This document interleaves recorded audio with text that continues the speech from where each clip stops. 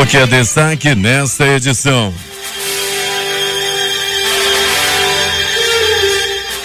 Ajuste de servidores da saúde é confirmado para o mês de maio. Amazonas busca reconhecimento internacional da erradicação da febre aftosa com vacinação. Ministério da Saúde cogita levar vacinação da febre amarela a todo o país. Câmara aprova decreto de intervenção federal na segurança pública do Rio de Janeiro. Governo desiste da votação da Previdência e anuncia nova pauta prioritária no Congresso. Atirador da Flórida tem autismo e depressão, segundo a mãe. Ele pode se livrar da pena de morte, mas não da prisão perpétua. Mecânico é morto com 3 tiros no Campos Sales. É o Jornal da Manhã que começa agora. 5h47. Fiemachete. Você ouve aqui. Jornal da Manhã. Rádio Difusora. Previsão do tempo.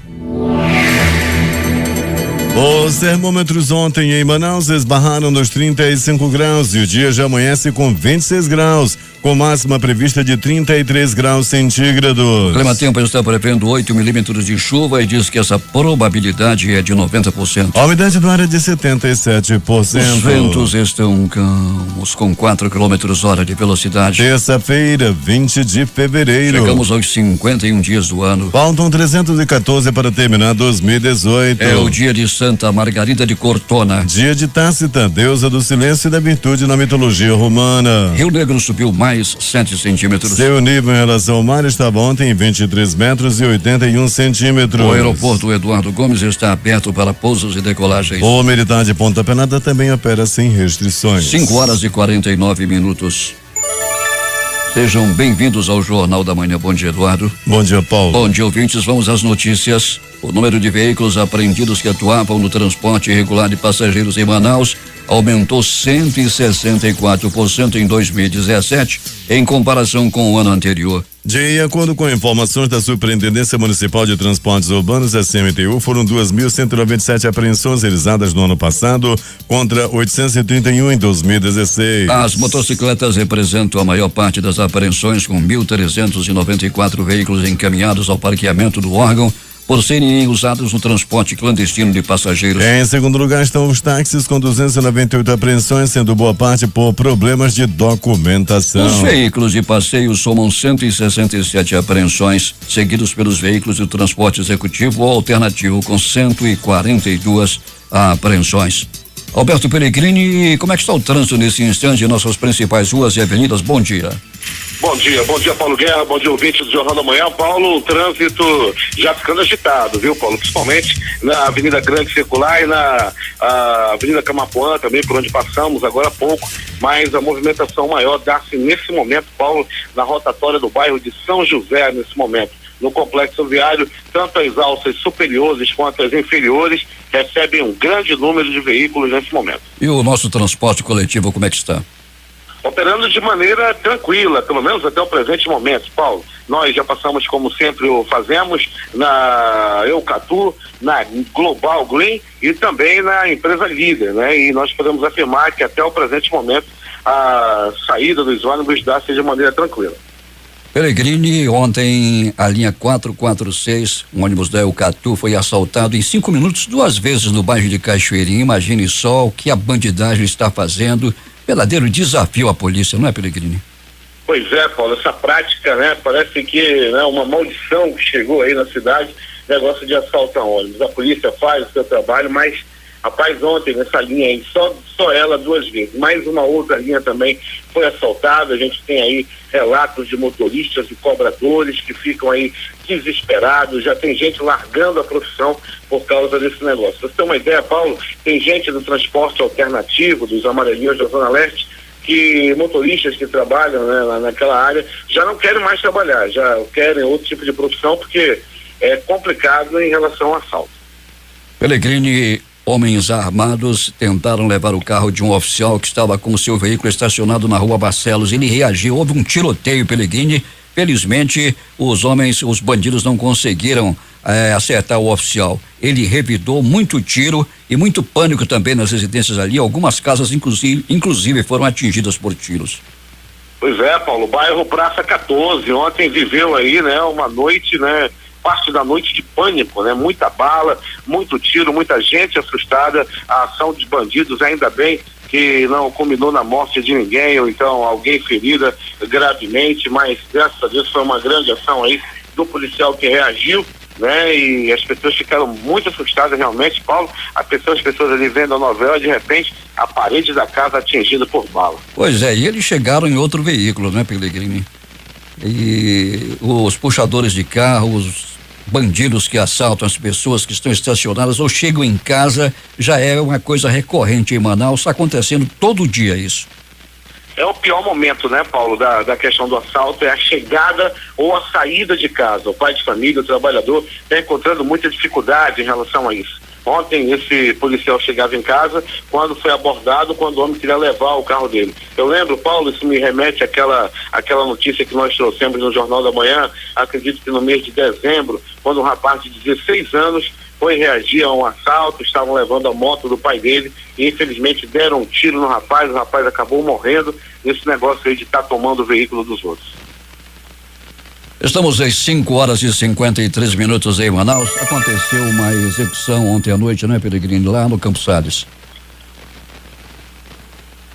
Oi, Pellegrini. Aconteceu uma execução no Campos Sales ontem à noite. Muito bem, Paulo, muito bem. Tivemos no retorno. Pois é, Paulo, tivemos sim, né? Uma execução quando o mecânico foi assassinado. Esse homem tinha 22 anos de idade e os homens chegaram, Paulo, em um carro Gol de placa até o momento não identificada, abordaram esse homem e o assassinaram com 3 tiros. Isso aconteceu à noite de ontem. Aquele técnico de refrigeração que dirigia um carro em alta velocidade, que atropelou 3 pessoas, 2 morreram na hora, já vai caminhando para a penitenciária, né, Pellegrini? Diz que não lembra de nada, Pellegrini. Ele disse que não lembra de nada. Estava embriagado e sem carteira de habilitação. Tomara que ele fique por lá um bom tempo, Paulo Guerra, porque o que ele fez não tem justificativa, né? As pessoas na frente da casa, ele pega um veículo em altíssima velocidade, faz o que fez, matando 2 pessoas, por pouco não mata 3 logo de uma vez. Infelizmente isso aconteceu, né, ali na área da Major Gabriel, e tomara que esse homem aí que causou todo esse dano, que causou essas mortes, fique um bom tempo na cadeia. A picape que ele dirigia ficou completamente destruída, Pellegrini. Alta velocidade, né, Paulo? Ele alta velocidade, ele perdeu o controle da máquina, sabe-se Deus por quê, ninguém sabe se está embriagado, de repente, né, ele faz uma situação dessa, provoca uma situação dessa e luta aí as famílias. Mas ele disse que não lembra de nada, Pellegrini. É tipo o matador da Flórida, disse que foi o demônio que mandou ele atirar. Chega na hora, não lembro de nada, né, Paulo? É verdade. 5h55, até daqui a pouco, Pellegrini. Muito bem, Paulo, daqui a pouco a gente vai voltar com essas e outras informações, e eu vou te dizendo também, Paulo, que onde estamos nesse momento, um ventinho fresco, tempo muito nublado, Paulo, aquele tempo que ameaça a chuva para qualquer momento aqui na área da zona leste da cidade. Paulo Guerra. 5h56 em Manaus. Temos informações com o repórter J. Rai.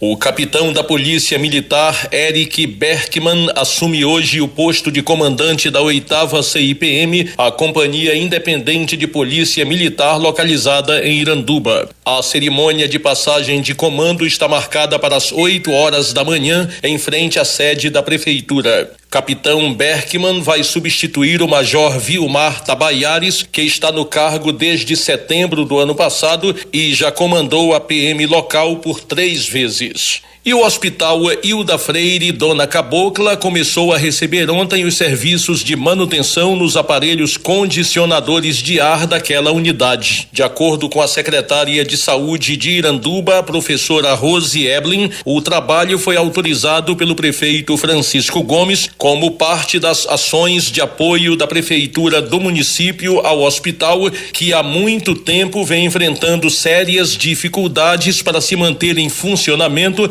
começando pela falta de ambulâncias novas ou pelo menos em boas condições de operação. A secretária Rose Eblin esclareceu, no entanto, que o Hospital Hilda Freire não foi municipalizado, como tem sido divulgado amplamente aqui na cidade. A instituição, segundo ela, continua sendo administrada pelo governo do estado através da Suzam, mas a prefeitura de Iranduba tem auxiliado o hospital com combustíveis, alimentos, impressos, conserto das velhas ambulâncias, uma delas por 8 vezes seguidas, compra de pneus novos, cessão de 49 funcionários em regime de permuta, e está sendo também providenciada a complementação de medicamentos.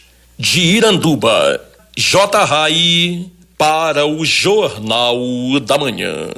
5h57. Às vezes fico pensando que Iranduba não está no Brasil. E o J. Rai, com essas informações que traz há pouco, com os nomes das pessoas que sempre ocupam cargos lá em Iranduba, dá a impressão de se tratar de uma cidade americana. Atendimento médico e exames vão ser disponibilizados de forma gratuita nesta terça-feira por meio do projeto Saúde nas Galerias. 12 horas no Shopping Felipe Dal, situado nas proximidades do Terminal 4, bairro Jorge Teixeira, na zona leste da capital. Esta ação, repetindo, ocorre de 8 às 12 horas. A programação contará com atendimento médico, com clínico geral, dispensação de medicamento, vacinação, disponibilização da unidade móvel de aconselhamento e testagem rápida para HIV, sífilis, hepatites B e C, além de distribuição de preservativos, aferição de pressão arterial e ações de educação em saúde. A Orquestra de Violões apresenta concerto na linha do samba no Teatro Amazonas. Itamar Jardina tem os detalhes. A Orquestra de Violões do Amazonas volta ao Teatro Amazonas a partir das 8 da noite desta terça-feira para o concerto Na Linha do Samba, que vai apresentar composições relacionadas ao gênero musical. O evento é gratuito. O regente titular da orquestra, Davi Nunes, ressalta que a versatilidade do repertório do corpo artístico é o que possibilita espetáculos para os mais variados gêneros. No repertório, Nunes destaca músicas como Chula Carioca, de Antônio da Silva Leite, Cavaquinho Porque Choras, de Ernesto Nazaré, e Isto o que é, de Ari Barbosa. O regente titular da orquestra, Davi Nunes, reforça o convite para o concerto desta terça-feira. Aqui para convidar vocês para irem ao Teatro Amazonas na terça-feira, dia 20, às 20 horas, para assistir o espetáculo Na Linha do Samba. Esse espetáculo é, na realidade, uma mostra de gêneros brasileiros. A música brasileira, tão rica, tão cheia de coisas assim interessantes para nós abordarmos, não é verdade? Portanto, nós vamos tocar samba, mas também ritmos que estão praticamente na mesma linha do samba. Ao todo, o espetáculo Na Linha do Samba é composto por 14 músicas, tanto instrumentais como cantadas, com a participação da soprano da Alvan, Amanda Aparício. O maestro Davi Nunes divulga um pouco do repertório. Como o chorinho, a polca, o machixe, são obras de compositores antigos, compositores como Ernesto Nazaré, por exemplo, que foi extremamente importante na formatação do ritmo e do gênero do samba também.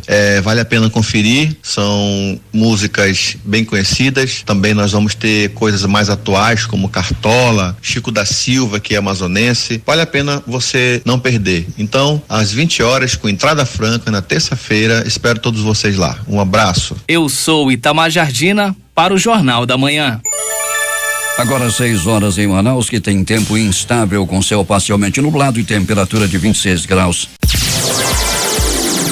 Inscrições para curso de cuidador de idoso abrem nesta quarta-feira na Fundação Dr. Thomas. Geraldo Campelo tem os detalhes. Interessados no curso de cuidador de idoso da Fundação Dr. Thomas podem realizar pré-inscrição de quarta até sexta-feira pelo site doutorthomas.manaus.am.gov.br. A pré-inscrição para o chamado cuidadoso é a primeira fase do processo seletivo, que tem a oferta de 240 vagas. Antes de realizar essa etapa, o candidato precisa ler o edital disponível também no site. A relação dos pré-inscritos estará disponível no site da FDT já a partir do próximo sábado, dia 24 de fevereiro. A coordenadora do curso, Maria da Luz Abreu, explicou que na segunda fase, os candidatos selecionados deverão comparecer ao Parque Municipal do Idoso, localizado à Rua Rio Mar, bairro Nossa Senhora das Graças, entre os dias 26, 27 e 28 de fevereiro de 2018. Teremos um processo seletivo onde iremos classificar melhor as pessoas que vão participar do curso. Essas pessoas que realmente têm um perfil e empatia com o idoso. Serão 240 pré-inscrições nos dias 21, 22 e 23 de fevereiro, através do site da Fundação Dr. Thomas. Em seguida, essas pessoas deverão comparecer ao Parque Municipal de Idoso nos dias 26, 27 e 28 do 2, das 8 às 12 e de 14 às 17. São exigidos comprovantes de pré-inscrição, disponível no site, 2 fotos 3x4 recentes, RG original e cópia, CPF original e cópia, comprovante de residência também original e cópia, certificado de reservista, certidão de casamento, nascimento ou divórcio também original e cópia e certificado de conclusão do ensino médio. Dos 240 pré-inscritos, serão selecionados 80 candidatos para participar do curso. A lista final será divulgada no dia 14 de março nas redes sociais e pelo site da FDT. Os mesmos deverão comparecer no Parque Municipal do Idoso no período de 19, 20 e 21 de março, portando os documentos utilizados na sua inscrição e a taxa de R$40. Eu sou o Geraldo Campelo para o Jornal da Manhã. 6:08. A Prefeitura de Altazes firmou um convênio de 4,2 milhões com o Instituto Nacional de Colonização e Reforma Agrária, INCRA, para recuperar 3 ramais do município, sendo eles AZ3, AZ4 e Miguel, que correspondem a 29,50 quilômetros de estradas vicinais na área dos projetos de assentamento do INCRA. O recebimento deste recurso é resultado da articulação do prefeito Anderson Cavalcante junto ao Instituto, com a intervenção do deputado federal Paulderney Avelino. Câmara Municipal de Manaus institui Março Lilás para lembrar do câncer de colo de útero. Quem tem os detalhes é Larissa Balieiro. Foi deliberado em regime de urgência na Câmara Municipal de Manaus o projeto de lei que institui o mês que vem como Março Lilás, em alusão ao combate ao câncer de colo do útero. O presidente da Câmara, vereador Wilker Barreto, autor da proposta, explica que o projeto tem o objetivo de discutir o tema exaustivamente no mês de março, além de melhorar a estrutura para os exames de diagnóstico da doença. O município já tem uma equipe técnica preparada para melhorar o tipo de coleta do HPV. E isso vai ser feito nas carretas da mulher. Segundo Wilker, a iniciativa visa alertar a população feminina sobre a gravidade da situação na cidade, além de orientar a respeito do diagnóstico adequado, bem como o encaminhamento para as instituições de saúde públicas especializadas no tratamento da doença. De acordo com o Instituto Nacional do Câncer, o INCA, o câncer de colo do útero é o mais incidente na região norte, com quase 24 casos para 100 mil habitantes. Já de acordo com a Fundação de Oncologia do Amazonas, o SECOM, a projeção mais recente aponta que em 2018, 840 novos casos da doença devem ser registrados no Amazonas. Nos últimos 40 anos, com o aumento do uso do exame do Papa Nicolau, a taxa de mortalidade por câncer de colo do útero caiu cerca de 50%. O rastreamento com o Papa Nicolau pode detectar alterações no colo do útero antes que o câncer se desenvolva, além de diagnosticar o câncer de colo do útero precocemente, quando ainda é possível ser curado. Eu sou Larissa Balieiro para o Jornal da Manhã.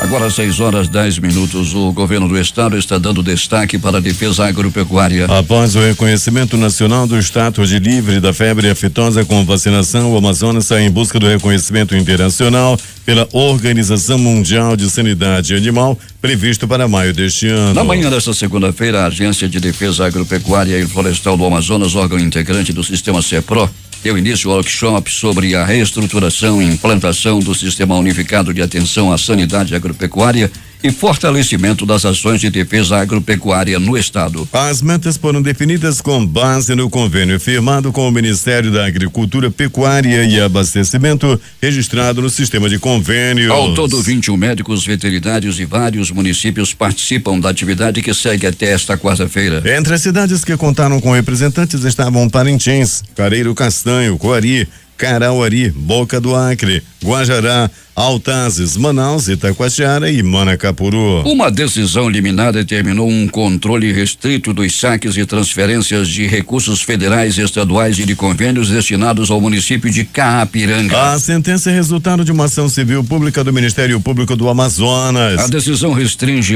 as movimentações bancárias a créditos em contas das pessoas destinatárias. A ação foi ajuizada por conta da corriqueira má aplicação de recursos públicos e até desvios, de acordo com o Ministério Público do Amazonas. Implementar incentivos operacionais para novas rotas na aviação regional. Este foi o objetivo da reunião da Empresa Estadual de Turismo Amazonas Tour, com o presidente da MAP Linhas Aéreas, Marcos Pacheco, e o vice-presidente Marcos Fernandes Pacheco. De acordo com o presidente da Amazonas Tour, Ossini Júnior, as empresas estão realizando estudos de frequência de voos para gerar mais voos e mais assentos, o que consequentemente pode reduzir o preço das passagens aéreas. O trabalho inicialmente prevê o incremento de pelo menos um voo a mais por semana em cada localidade, que são Eirunepé, 3 voos, Lábrea 2, Canauari, 3 voos, Coari 2 a 3 e São Gabriel da Cachoeira com 3 voos. O vice-presidente da MAP, Marcos Fernandes Pacheco, ressalta que esse incremento corresponde a um aumento de aproximadamente 35% na oferta de assentos, com mais voos, diminuição do custo fixo das bases e, consequentemente, reflexo no preço das passagens. A Justiça Federal determinou o bloqueio de R$525 mil em bens e valores em contas bancárias do ex-prefeito do município de Altazes, Raimundo Vanderlan Penalber Sampaio, em ação de improbidade administrativa movida pelo Ministério Público Federal. Ele é acusado por desvio de verbas federais destinadas à ampliação de um posto de saúde no município no interior do Amazonas. A decisão reconhece a existência de indícios muito fortes da prática de ato de improbidade administrativa por parte do ex-prefeito, uma vez que foi constatado pelo Ministério da Saúde em vistoria em loco que as obras de ampliação do posto de saúde Ana Dias sequer foram iniciadas, apesar da realização de 2 repasses de recursos do Fundo Nacional de Saúde ao município em junho de 2012 e janeiro de 2013 com essa finalidade. Conforme a ação de improbidade em sua gestão como prefeito de Altazes, Raimundo Sampaio movimentou de forma irregular 114,4 mil repassados por meio do Fundo Nacional de Saúde à conta específica do Fundo Municipal de Saúde, FMS. A investigação mostrou que a verba repassada especificamente para a ampliação do posto de saúde Ana Dias foi transferida indevidamente para contas da Prefeitura Municipal e desviada para realizar pagamentos diversos. A ação destaca que o ex-prefeito cometeu 2 irregularidades: a movimentação irregular dos recursos do Sistema Único de Saúde SUS para as contas bancárias não específicas do convênio e a utilização do dinheiro para outras finalidades que não a construção do posto de saúde, finalidade para a qual foi destinado. A Comissão de Constituição, Justiça e Redação da Assembleia Legislativa aprovou projeto de lei do deputado Josué Neto que proíbe o consumo de bebidas alcoólicas por pessoas que estejam portando arma em estabelecimentos comerciais, bares, casas noturnas e similares localizados no território amazonense. A proposta também proíbe esses estabelecimentos de vender bebidas para pessoas armadas sob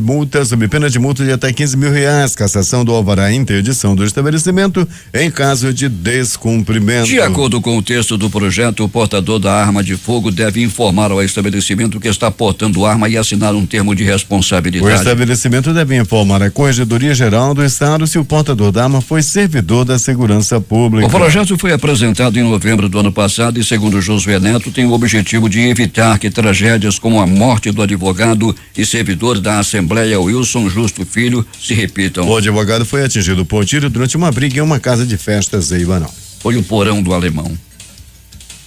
A Secretaria de Estado de Infraestrutura, CEINFRA, vai recuperar a estrada de Camanaus, no município de São Gabriel da Cachoeira, região noroeste do estado. A via apresentou um processo erosivo na altura do quilômetro 21 por conta do rompimento de uma linha de bueiros. A preocupação é maior em razão do fato de que a estrada de Camanaus ser o único meio de acesso entre a sede do município e o porto da cidade, que recebe praticamente todos os produtos que abastecem em São Gabriel e que chegam exclusivamente por via fluvial. Esse assunto foi tema de uma reunião realizada na manhã desta segunda-feira na sede da CEINFRA entre o secretário e o executivo da pasta, engenheiro Fernando Elias, o deputado estadual Josué Neto, do PSD, e o vereador de São Gabriel da Cachoeira, Éder Lopes, do PT do B. Segundo o Fernando Elias, uma ação emergencial nessa estrada passa necessariamente por uma ação coordenada entre Estado, município e Exército. 6:16. Por determinação do governador Amazonino Mendes, os professores e técnicos administrativos da Universidade do Estado do Amazonas receberão o escalonamento de 2017 e a gratificação de produtividade e acadêmica. O escalonamento de 2017 será incluído em folha de pagamento a partir de fevereiro deste ano e o GPA será paga a partir de março, quando retornam os projetos e bolsas que estavam parados desde dezembro de 2017. A Secretaria de Estado de Saúde, Suzan, reafirmou o compromisso assumido pelo governo do estado em conceder reajuste salarial aos trabalhadores da saúde na data base marcada para o mês de maio e também de retomar já a partir deste mês o pagamento do auxílio alimentação e estender o benefício a todos os 22.200 servidores da capital e do interior. Apenas 3,6 mil trabalhadores recebiam o ticket antes de ser suspenso em 2016. A garantia foi dada pelo secretário estadual de saúde, Francisco Deodato, em reunião com representantes dos sindicatos da área da saúde na sede da Suzan na manhã de ontem. Polícia.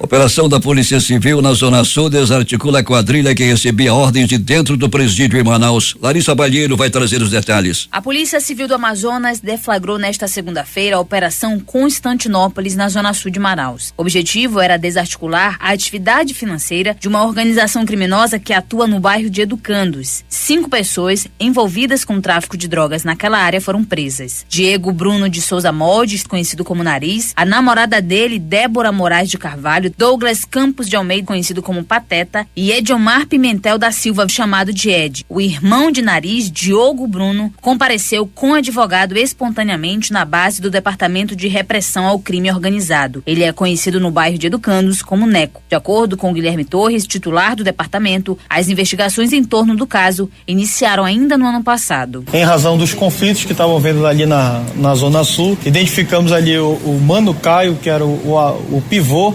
dessa guerra, e com a prisão dele no ano passado pela Delegacia de Homicídios, onde ele estava escondido no Rio de Janeiro, se acalmou. Mas nós já havíamos identificado todos os membros dessa organização criminosa e quando foi agora nesse ano nós deflagramos essa Operação Constantinópolis. Segundo o diretor do DRCO, a mulher do grupo era quem movimentava financeiramente a quadrilha que agia com comandos de dentro do presídio. Olha, eles se comunicavam de várias formas, principalmente também pela Débora. A Débora ia, pegava informações, fazia os saques de dinheiro, depositava, movimentava. Ela era a finanças do grupo. Nariz é o líder da organização criminosa e comandava o tráfico de drogas na Zona Sul de Manaus, de dentro do presídio. Ele está preso no Instituto Penal Antônio Trindade. 12 pessoas fazem parte dessa organização criminosa e já foram identificadas pela polícia. Diego, Diogo, Douglas, Débora e Ediomar foram indiciados por tráfico de drogas e associação para o tráfico. O delegado-geral adjunto da Polícia Civil, Antônio Chicre Neto, ressalta que a operação vai continuar na Zona Sul de Manaus. Ela foi deflagrada nos bairros de Educandos, Morro da Liberdade, Santa Luzia, Crespo e São Lázaro. A operação ela continua até a gente esgotar todas as bocas de fumo que tiverem nesses bairros. A operação foi coordenada pelo delegado-geral adjunto da Polícia Civil do Estado, Antônio Chicre Neto, e pelo diretor do DRCO, delegado Guilherme Torres. Os trabalhos foram desencadeados ainda com apoio da Secretaria Executiva Adjunta, da Secretaria de Estado de Segurança e o efetivo de policiais do DRCO, Departamento de Investigação sobre Narcóticos, Departamento de Polícia do Interior e Metropolitana, além da Delegacia Especializada em Homicídios e Sequestros. Eu sou Larissa Balieiro, para o Jornal da Manhã.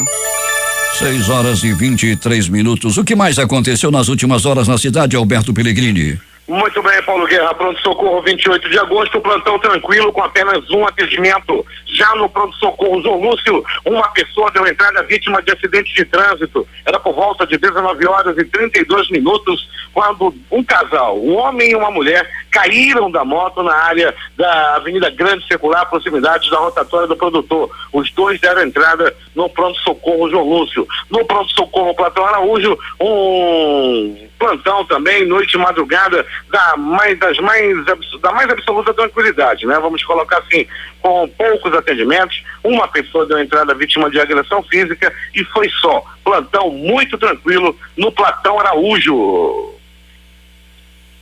O empresário Saulo de Tássio Maximiliano, de 54 anos, foi baleado ontem no pescoço, enquanto entrava em uma agência bancária no Bradesco, localizada na Cidade Nova. O homem estava vendendo garrafinha na frente da agência e na hora acabou atacando o empresário, atiraram no empresário, que levou aí um tiro e está em estado estável. Só essa semana já é o segundo caso, né? Nós tivemos ali também um assalto na Caixa Econômica, tudo ali nas proximidades do shopping Sumaúma. O negócio não está fácil em relação a assaltos na cidade. Dessa vez, mais uma vez, uma pessoa aí saiu ferida devido aí à ação de bandidos na área da Cidade Nova.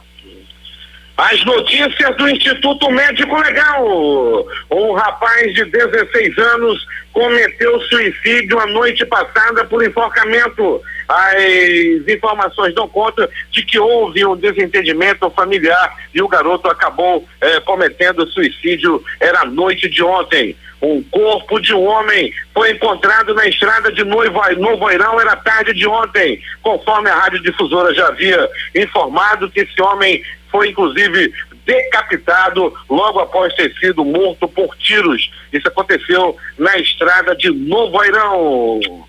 Noite de ontem, bairro Campos Sales.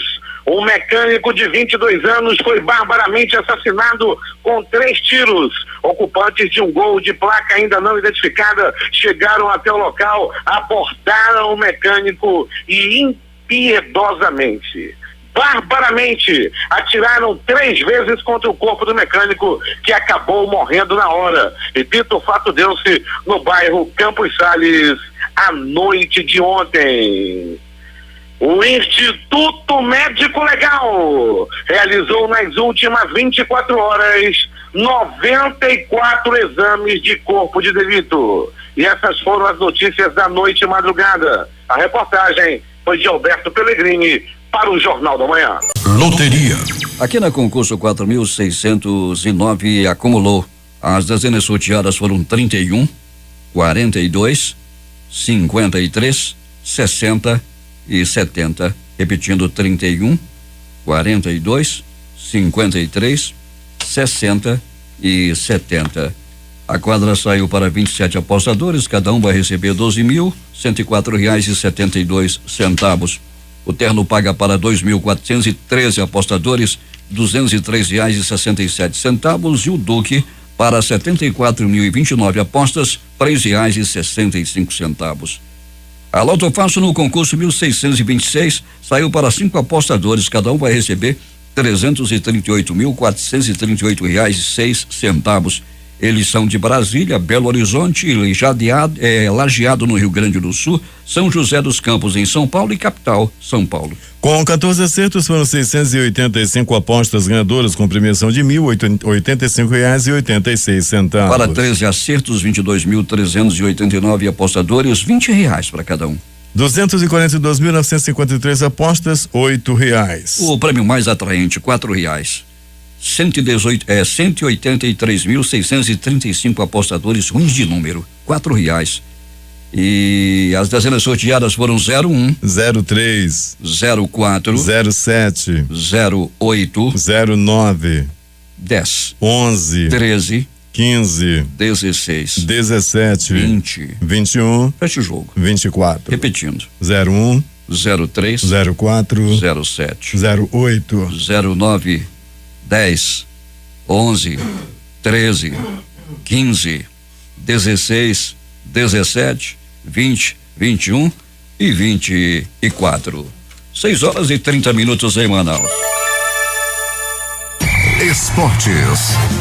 A Federação Baiana de Futebol divulgou a súmula do conturbado Clássico Bavi do último domingo, ontem em seu site oficial, e confirmou a vitória do tricolor por 3-0, conforme prevê o regulamento da Confederação Brasileira de Futebol em caso de WO. O jogo teve de ser encerrado após 9 expulsões. Com o resultado, o Bahia ultrapassou a Vitória na tabela de classificação e agora figura em segundo lugar com um ponto a mais que o rubro-negro. Agora, a equipe comandada por Guto Ferreira está atrás apenas do Juazeirense, invicto no campeonato estadual até aqui. O Vasco já está na Bolívia, onde vai disputar o duelo de volta com Jorge Wilstermann por uma vaga na fase de grupos da Copa Libertadores da América. A equipe Cruz Maltino desembarcou por volta das 23 horas no horário de Brasília em Santa Cruz de la Sierra e pouco depois já foi a campo para trabalhar. A partida está marcada para esta quarta-feira no Estádio Olímpico Pátria, em Sucre, cidade que fica a 2.800 metros acima do nível do mar. A estratégia da comissão técnica será viajar ao local do jogo apenas horas antes do compromisso. Nessa terça-feira o treino mais uma vez acontecerá lá em Santa Cruz de la Sierra. Os jogos de ontem pelo Campeonato Paulista. Mais um tropeço do Corinthians, Red Bull Brasil 1, Corinthians também 1. Lenense 2, Novo Horizontino 3. Campeonato Carioca, um jogo isolado. Volta Redonda 0, Portuguesa 2. Também um jogo isolado pelo Campeonato Gaúcho. Caxias 1, Juventude também 1. Hoje tem jogos pela Liga dos Campeões. Às 16h45 jogam Bayern de Munique, Besiktas e também Chelsea e Barcelona no mesmo horário.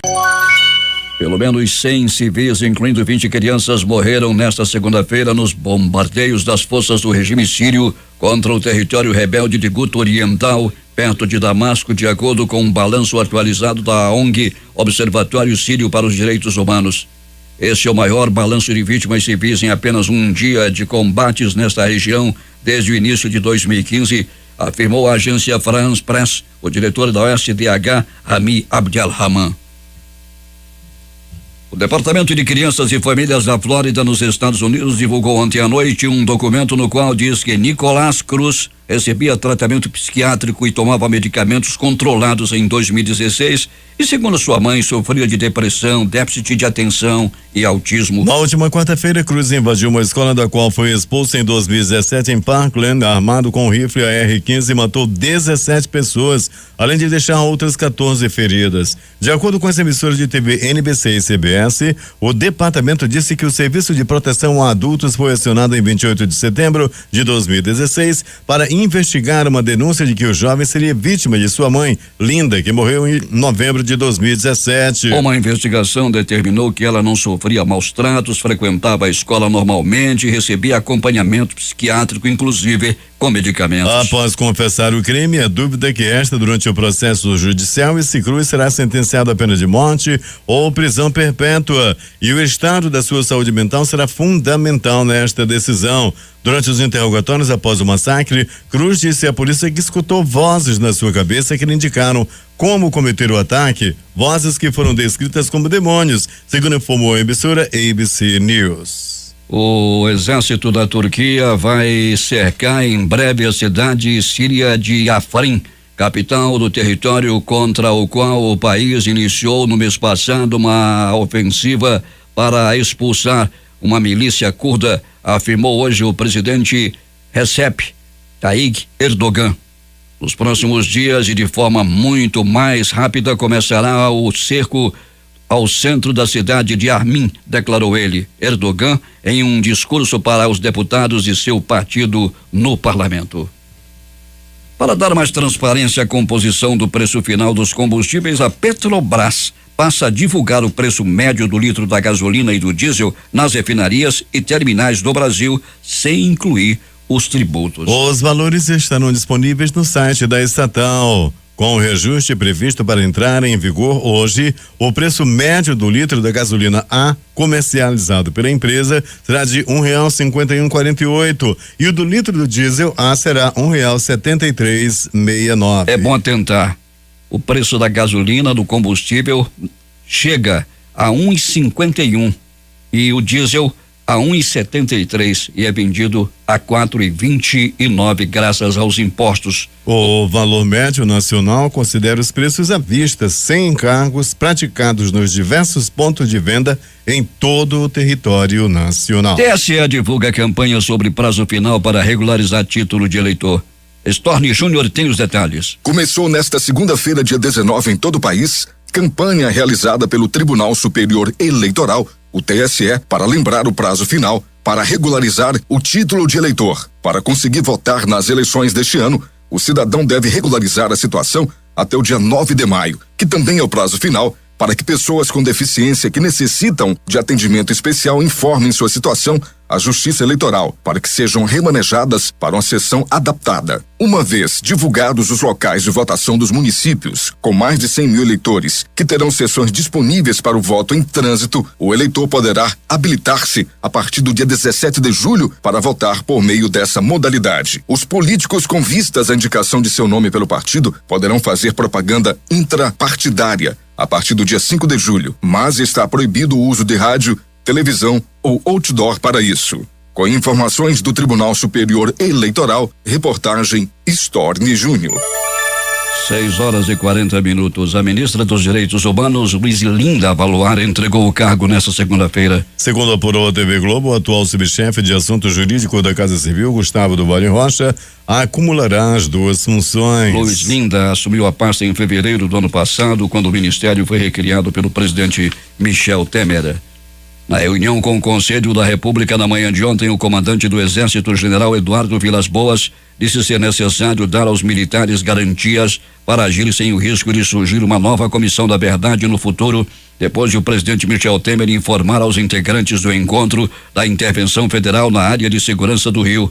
A referência de Vilas Boas é ao fato de, depois da lei da anistia de 1979, ter sido criada a Comissão da Verdade, durante o governo Dilma, que investigou o caso de tortura e morte durante o período da ditadura militar. Hoje a legislação já prevê que eventuais crimes cometidos por militares em ação de trabalho devem ser tratados pela Justiça Militar. O ministro da Defesa, Raul Jungmann, disse que é preciso não confundir o papel dos militares em ação no Rio de Janeiro com o papel da polícia. Os militares não vão fazer ação que cabe à polícia, disse mais cedo. No caso de pedidos de busca e apreensão, por exemplo, o pedido é feito à Justiça, mas quem executa é a polícia. Para o ministro, a confusão sobre o papel do general Braga Neto, porque ele acumula o papel de interventor com o de responsável pela condução da garantia da lei e da ordem que estará em vigor no Rio desde meados do ano passado. As Forças Armadas fazem uma operação na favela da Kelsons, na região da Penha, na zona norte do Rio de Janeiro, na manhã de hoje. A ação foi programada antes da intervenção federal na segurança pública do estado. Na operação, os militares são responsáveis por cercos, desobstrução de vias e ações para a estabilização na favela. Segundo a secretaria, algumas vias e acesso à favela poderão ser interditados e o espaço aéreo controlado para aeronaves civis. Não há interferência nas operações dos aeroportos no Rio de Janeiro. O ministro da Saúde, Ricardo Barros, disse na noite desta segunda-feira que o governo estudará a possibilidade de vacinar todo o Brasil contra a febre amarela. Ele explicou que a medida deverá ser avaliada melhor após o encerramento desse ciclo da doença que ocorrerá em junho. Além disso, o ministro disse que a febre amarela deverá ocorrer todos os anos no Brasil. Segundo ele, desde a década de 40, o país tem 80 a 90 casos da doença na região da Amazônia. A diferença está na chegada em novos estados. O presidente da Câmara dos Deputados, Rodrigo Maia, afastou nesta segunda-feira o deputado Paulo Salim Maluf do mandato parlamentar. O despacho foi publicado em edição extra do Diário da Câmara. Maluf está preso desde dezembro do ano passado por determinação do Supremo Tribunal Federal, o STF. O governador Paulo Câmara, do PSB, esteve ontem em São Paulo para participar de um encontro promovido pela Fundação Lehman. Na última quinta-feira, logo após o carnaval, o socialista também esteve na capital paulista para uma visita ao ex-presidente Lula, divulgado oficialmente como cortesia. A ex-primeira-dama Renata Campos também foi ao encontro do petista. Nas duas idas a São Paulo, Paulo Câmara não se reuniu com o vice-governador do estado, Márcio França, pré-candidato ao governo, o que pode ser visto como um gesto de afastamento, já que França busca uma aliança com o PSDB para alavancar sua candidatura e é descartado por aliados de Paulo Câmara. Não tem distanciamento do PSB em relação a Márcio França. Já foi feita a manifestação de apoio do partido ao projeto político de lá. E vê fumaça onde não tem nada, disse o deputado federal Danilo Cabral, do PSB de Pernambuco. O ministro Roberto Barroso, do Supremo Tribunal Federal, relatou em despacho publicado nesta segunda-feira que o diretor-geral da Polícia Federal, Fernando Segovia, negou ter interferido no inquérito que investiga o presidente Michel Temer e que foi mal interpretado por recentes declarações à imprensa. Michel Temer voltará ao Rio de Janeiro hoje. O presidente visitará a cidade de Itaguaí para a cerimônia de início de integração dos submarinos classe Riachuelo. Por 340 votos a 72, a Câmara validou nesta madrugada a intervenção federal na segurança do Rio de Janeiro. O decreto precisa agora do aval do Senado e deve ser votado ainda hoje naquela casa. Com a intervenção, as Forças Armadas passam a comandar as polícias civil e militar até o dia 31 de dezembro. O decreto de intervenção federal no Rio deve ser votado hoje no Senado. Segundo o presidente da Casa, Eurício Oliveira, a medida será levada diretamente ao plenário sem passar pelas comissões. Assim como na Câmara, para ser aprovada, são necessários os votos da maioria simples dos senadores, desde que estejam presentes pelo menos 41 dos 81 parlamentares. Com a intervenção federal no Rio de Janeiro, a reforma da Previdência saiu oficialmente da pauta do Congresso. Agora, o governo tentará aprovar um pacote de 15 projetos da área econômica. A lista inclui a privatização da Eletrobras e a autonomia do Banco Central. Os principais jornais do país e seus destaques de capa nesta terça-feira. Vamos começar com o Globo do Rio de Janeiro. O governo apresenta pauta alternativa à reforma da Previdência. Tramitação foi suspensa. A Folha de São Paulo. Segovia diz a Barroso que não falará mais sobre inquérito de Temer. O Estado de São Paulo. Jungmann esclarece que mandados coletivos serão restritos à busca e apreensão. Planalto Central, capital da República, Correio Brasiliense. Justiça de São Paulo condena homens que tatuaram um teste de jovem, ladrão e vacilão. Valor econômico. Governo prepara empréstimo para Rio de Janeiro e alerta para teto do orçamento. Estado de Minas. Acusados de matar soldado em Montes Claros são mortos em troca de tiros com a PM. No Recife, o Jornal do Comércio. Ao Jungmann descarta intervenções em outros estados. Fortaleza, Diário do Nordeste. O almirante afirma que envio de policiais da Força Nacional ao Ceará era previsto desde 2017. Em Porto Alegre, o 0 Hora. Sem votar a Previdência, o governo anuncia 15 projetos na área econômica. As edições impressas locais, o Centenário Jornal do Comércio. Setor de serviços reduz perdas e aponta retomada. A crítica. Lançamento com data marcada, Detran, tudo pronto para CNH digital. Em tempo. Mais de 200 mil vagas para cursos de qualificação. Essas foram as principais notícias de ontem e as primeiras de hoje, e termina aqui o Jornal da Manhã. Participaram desta edição reportagens Storni Júnior, Itamar Jardina, Geraldo Campelo, Larissa Balheiro, J. Rai e Alberto Pellegrini. A operação de áudio foi de Hamilton Cabral. A apresentação Eduardo Silva e Paulo Guerra. Próxima edição, amanhã, às 5 horas e 45 minutos.